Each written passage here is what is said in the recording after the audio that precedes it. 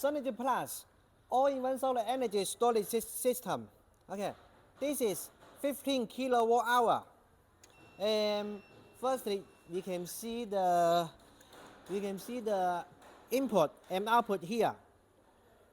This is AC input and PV input and AC output.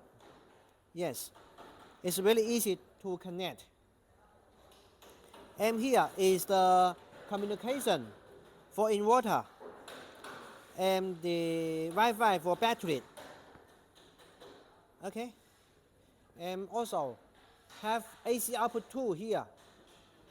It's really easy to use. Okay, and let me show you how to start. Firstly we turn on the battery and turn on the inverter. Okay, you can see the system is starting.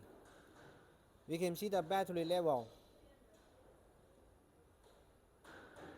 And this is the touch screen.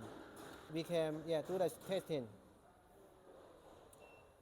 Yeah, it's 15 Hertz and 230 wattage. And this battery voltage. And this is AC output voltage. Okay, and this all-in-one storage solar system, we have 5 kilowatt hour, 10 kilowatt hour, and 15 kilowatt hour, all in one design.